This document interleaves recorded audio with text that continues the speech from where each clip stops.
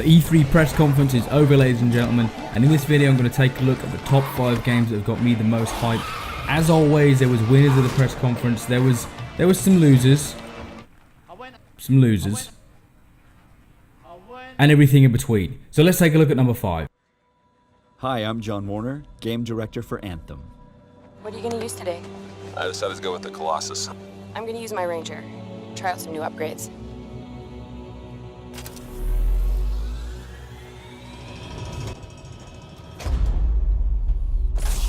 One of the highlights of the Microsoft press conference was for the fact that they have an exclusive marketing deal with BioWare's upcoming new IP, Anthem. Now this game is slated for 2018 currently. It's best played on the Xbox One X as marketed by Microsoft themselves. This looks absolutely amazing. The particle effects, the explosions, the fact that it's kind of an RPG shoot 'em up game. There's loads of action. The graphics look totally incredible. Look at the bullets coming through the water there. The effects, as you can see on this game, are totally superb. It looks like, to me, it looks like Mass Effect and Destiny had a love child and created this absolutely beautiful game. Now, I'm a little bit cynical. Obviously, this is why it's at number 5. We've seen this with Watch Dogs at E3 press conference. We've seen this with the likes of Destiny, where games have been promised, things look very good, and then when they release, they've got lower textures, the frame rate is a lot worse because they kind of come up with some reason where, in inverted commas, they need to kind of cater for everybody. But I really hope that this game lives up to the hype, and I hope that when we get the final product, it looks something like this, if not better. They're going to have more time to develop the game, to work on the game. They can improve on it, hopefully. So fingers crossed. So my number 5 for this year's E3 2017 is BioWare's Anthem.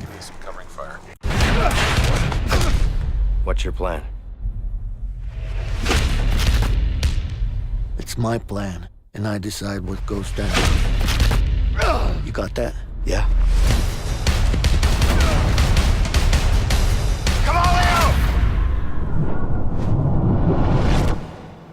Coming in at number 4 is Hazelight's A Way Out. Now this game looks incredible. It's a totally co-op game. There's no single player element to it at all. You have to play this game with a friend or someone on your couch, or an online co-op game. It's split screen.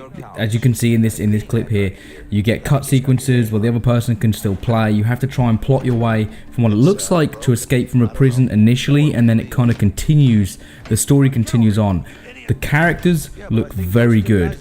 It kind of looks to me a little bit kind of Uncharted-esque, which I really like. I love that about it. Obviously, Uncharted is a very good game, and to see a co-op version where you get to play through the story with your friends, for me, there's not enough of this nowadays. There's so many games where you're running and gunning, you know, you're racing through things, you're having these great adventures on your own. This game is really kind of reinventing the wheel a little bit. You're going to get this awesome adventure, but it's something where you play with a friend. You share that story, you share that moment, and I'm hoping this game is going to be like at the very least a 10-hour experience, and I'm hoping that the controls and the mechanics all work very well. But initial signs from this, as you can see in these clips here, initial signs are really very good. This game looks so cool, and this is my number 4.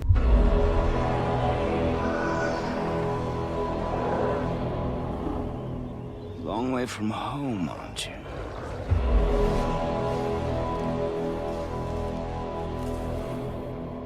And here I thought your kind was supposed to be so enlightened, so much better than us. Coming in at number 3 is God of War. Now, I have a confession to make. The previous generation of consoles, I kind of skipped PlayStation 3. I did buy it, but I never played it. It gathered dust. It was basically a Blu-ray DVD player. I was an Xbox 360 man through and through. So the God of War that they released on PlayStation 2, I was all about. I played that game a fair bit. But all the iterations of the game they released during the PlayStation 3 console generation, I did not even touch. I didn't even look at. So for this game, for me, it's almost like a new franchise. Now, obviously, in preparation for this video, I've kind of done a little bit of research on this game, a little bit of a kind of watched some old footage and kind of read a little bit about the game. And it seems like they're going to develop Kratos, who's the main character. Kratos, not entirely sure how you say that, but it looks like they're going to kind of develop him a lot more, whereas before he was just kind of a generic badass. But this, you're going to be kind of shepherding your son through the game. There's going to be a lot more character building, as well as the kind of mythology behind the game, the action, these cool character interactions as well. Maybe a little bit of humor in there too. And seeing this footage here really makes me think I should probably go out and get a PS4 Pro as opposed to an Xbox One X, maybe? I don't know. I'm still kind of on the fence about what I'm going to do with the console. Anyway, this video is not about that whatsoever. This game looks fucking phenomenal. I cannot wait to play it. It's God of War on PlayStation 4. And it is in my top 3 of games that I'm hyped for the most after E3 2017. I've waited 30 years for this.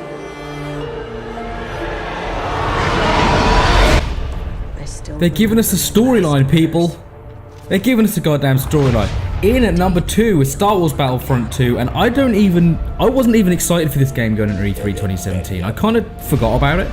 Obviously played the first one a fair bit, enjoyed the game, felt it was lacking massive amounts of content.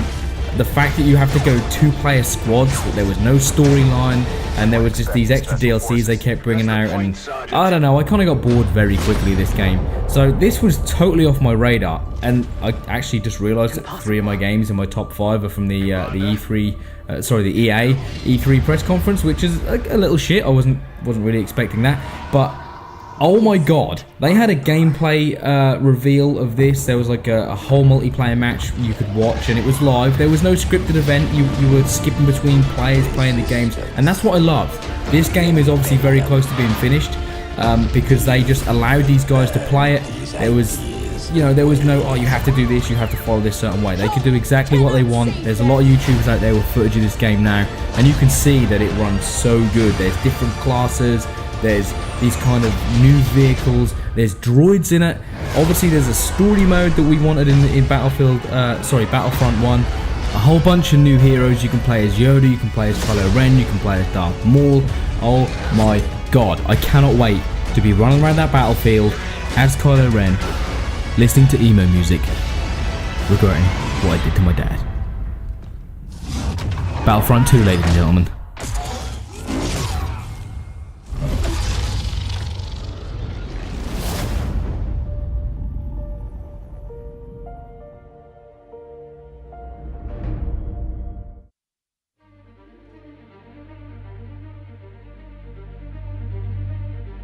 All units, 1010S at 36 and Park. Repeat, all units be advised. Shots fired at Fisk Towers.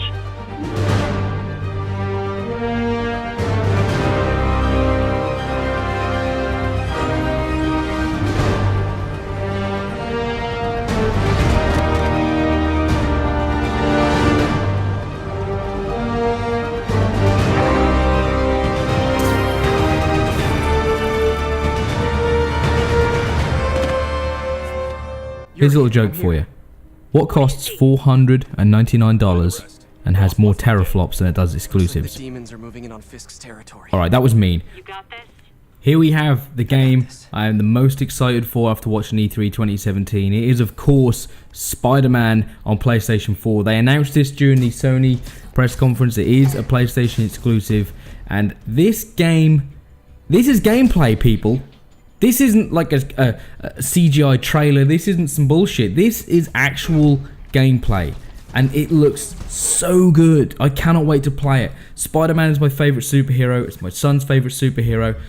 Like when I first saw Arkham Knight and the way they kind of got Batman into a computer game, they'd kind of got his superpowers and his combat, I was like, fuck, this looks amazing. And now they've got my favorite superhero in a game that's kind of give me that same feeling. I watched this gameplay and was so excited about the possibilities, the things they can do, the sequel, the game after this, how they can get all these other characters that are an amazing part of this universe.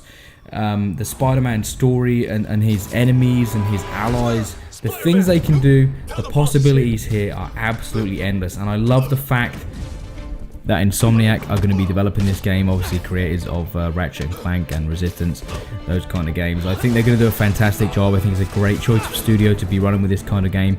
And it's slated currently for a 2018 release. And it just totally got me. This is my number one. This is my number one pick.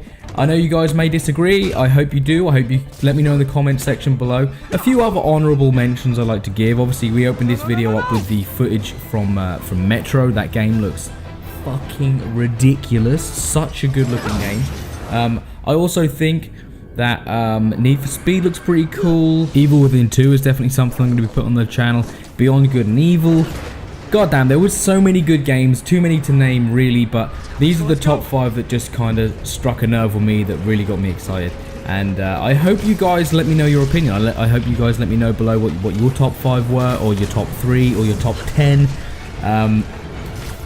And what you thought of E3 2017, who you thought... I mean, I don't like the fact that there has to be a winner and a loser, because there probably shouldn't, but who do you think had the strongest press conference? Not necessarily Sony versus Microsoft. You can throw in the Ubisoft conference, the EA press conference, you know, Nintendo too. So let me know in the comments, leave a like on the video, sub to the channel if you're new. I do a whole bunch of stuff, whole different bunch of content. You can guarantee every one of these games featured in this top 5 will be appearing in the channel when they release. I cannot wait to play them, goddammit. And I will see you folk in the next video. Bye bye.